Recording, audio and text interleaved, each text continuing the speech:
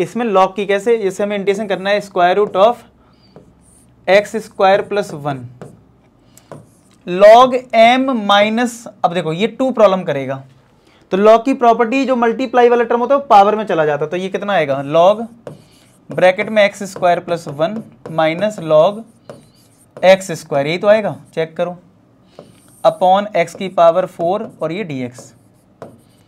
तो log m minus log n क्या होता है log m अपॉन n, तो ये कितना आ जाएगा square root of x square plus 1 log x square plus 1 upon x square, कुछ ऐसा आएगा, ठीक है ना, एक्स की पावर 4। अब मैं एक्स की पावर 4 को एक्स इंटू एक्स क्यूब लिख रहा हूं। आप कहोगे सर हमें कैसे पता लगेगा, पता ऐसे लगेगा, अगर लॉग के अंदर कुछ होता है ना तो ज्यादातर उसमें टी लेना पड़ता है अंदर वाले पार्ट को, क्योंकि इंटीग्रेशन नहीं होगा, नहीं तो भाई सीधी बात है, लॉग समथिंग साइन लिखा हो कॉस लिखा हो तो उसको टी लेना ही है। तो अगर इस वाले पार्ट को टी लोगे, माइंड में हमारे ये चीज बैठी हुई है कि हम इसको टी लेंगे, तो ये भी कुछ जाना पहचाना से नहीं लग रहा, देखो रूट एक्स स्क्वायर प्लस 1 और यहां भी है एक्स स्क्वायर प्लस 1। अगर इसको नीचे एक्स स्क्वायर मिल जाए तो कैसे मिलेगा नीचे एक्स स्क्वायर, जो x मैंने अलग कर दिया ना, इस x को अगर रूट के अंदर भेज दूं तो वो तो एक्स स्क्वायर जाएगा ना भाई। अगर आपको x को अंदर भेजना है तो रूट में एक्स स्क्वायर बन जाएगा ना, तभी तो इसका स्क्वायर रूट x आएगा। क्या आप मेरी बात समझ रहे हो? अगर मैं आपसे कहूं 2 बाहर है और इधर x लिखा है, अब इस 2 को अंदर भेजना है तो 2 अंदर जाएगा या 4 अंदर जाएगा, यानी कि 2 का स्क्वायर जाएगा, जाएगा कि नहीं जाएगा, तभी तो ये 2 बनेगा। तो इस x को मैं रूट के अंदर भेज देता हूं इस वाले में, तो क्या वो x square plus 1 upon x square आ जाएगा, और यहां भी तुम्हारा log x square plus 1 upon x square है ना। अब ये कुछ थोड़ा थोड़ा सेम लग रहा है, अपॉन में है एक्स क्यूब और ये dx। क्या ये वाला स्टेप समझ में आ गया? अब एक और काम कर लो, फिर टी ले लेंगे। अब एक्स स्क्वायर से सेपरेट डिवाइड कर दो, यानी इसमें डिवाइड करा तो 1 और इसमें डिवाइड करा तो 1 अपॉन एक्स स्क्वायर, लॉग इसमें भी कर लो यही काम, 1 प्लस 1 अपॉन एक्स स्क्वायर। अब लो टी, अपॉन में है एक्स क्यूब, ठीक है। अब मैं 1 प्लस 1 अपॉन एक्स स्क्वायर को लेने वाला हूं टी, किसको 1 प्लस 1 अपॉन एक्स स्क्वायर को लेने वाला हूं टी, यानी कि ये तुम्हारे लिए है 1 प्लस एक्स की पावर -2।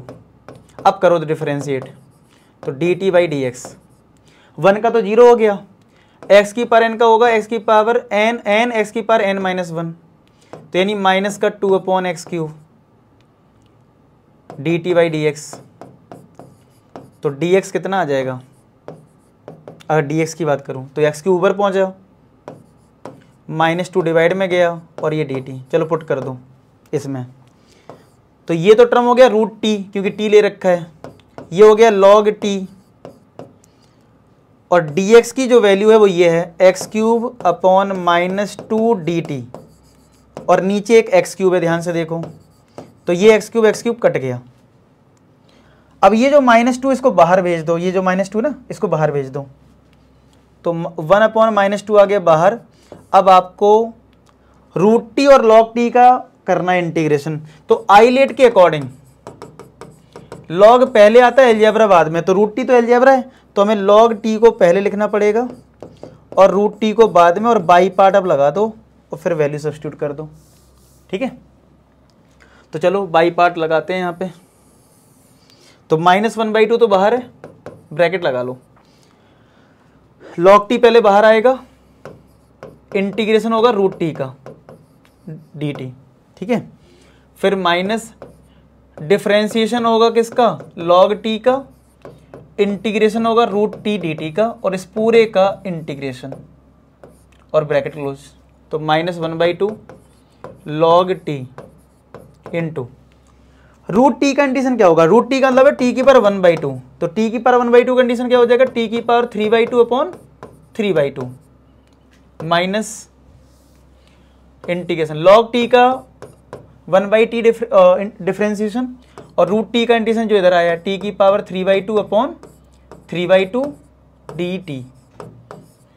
थोड़ी ध्यान से कैलकुलेशन करोगे तो आएगा आंसर -1/2, ये 3/2 है तो ये 2/3 ऊपर लिख दो, 2/3 log t इंटू टी की पावर 3/2 माइनस ये भी 2/3 आएगा, ये बाहर कर सकते हो इंटीग्रेशन से। अब देखो यहां t की पावर 1 है, ये 3/2 है, बेस सेम है, पावर माइनस होगी, 3/2 में -1 करोगे तो क्या 1/2 आ जाएगा, आएगा कि नहीं आएगा। अब फिर से t की पावर 1/2 का इंटीग्रेशन करना पड़ेगा, तो माइनस का 1/2 2/3 log t इंटू टी की पावर 3/2 माइनस 2/3, इसका इंटीग्रेशन क्या हो जाएगा 3/2 अपॉन 3/2 और प्लस का c, प्लस का क्या हो जाएगा, प्लस का c आ जाएगा। ठीक है, अब यहां पे थोड़ा ध्यान से और कैलकुलेशन करेंगे। देखो -1/2 2/3 log t इंटू टी की पावर 3/2, 2 ऊपर पहुंचेगा तो 4 बन जाएगा और 3 इंटू 3 9 बन जाएगा यहां, और t की पावर 3/2 प्लस का c। चेक करो इतना स्टेप। अब क्या हमें t की पावर 3/2 कॉमन मिल रहा है, बताओ मिल रहा है कि नहीं मिल रहा है कॉमन, तो कॉमन ले लें। आप पहले इतना नोट कर लो, मैं इधर इरेज करके फिर आपको आंसर मैच करवाता हूं, पहले आप इतना नोट करें। कर लिए नोट इतना, चलो। अब सबसे पहला स्टेप मुझे जो दिख रहा है वो दिख रहा है कुछ कॉमन दिख रहा है मुझे। क्या कॉमन दिख रहा है, एक तो मुझे t की पावर 3/2 कॉमन दिख रहा है, -1/2 पहले से था, t की पावर 3/2 कॉमन दिख रहा है। और क्या दिख रहा है, एक देखो इधर 2 है इधर 4 है तो 2 तो कॉमन मिलेगा, इधर 3 इधर 9 है 3 मिलेगा, तो हमें एक 2/3 भी कॉमन दिख रहा है ना। तो चलो 2/3 कॉमन चला गया, t की पावर 3/2 बच गया, यानी log t बचा, माइनस यहां 2/3 कॉमन लिया तो 2 बच गया होगा, नीचे 3 बच गया होगा, यानी 2/3 और बस वो तो कॉमन ही हो गया, प्लस का c, 2 से 2 कट गया तो ये -1 और ये 3 इधर कर दो, और t कितना था हमारा 1 + 1/x² की पावर क्या है 3/2 ब्रैकेट log t हमारा था 1 + 1/x² माइनस का 2/3 प्लस का c। आप आंसर चेक कर सकते हो, यही आ रहा है, सेम आ गया, आया समझ में, देख लो। ठीक है,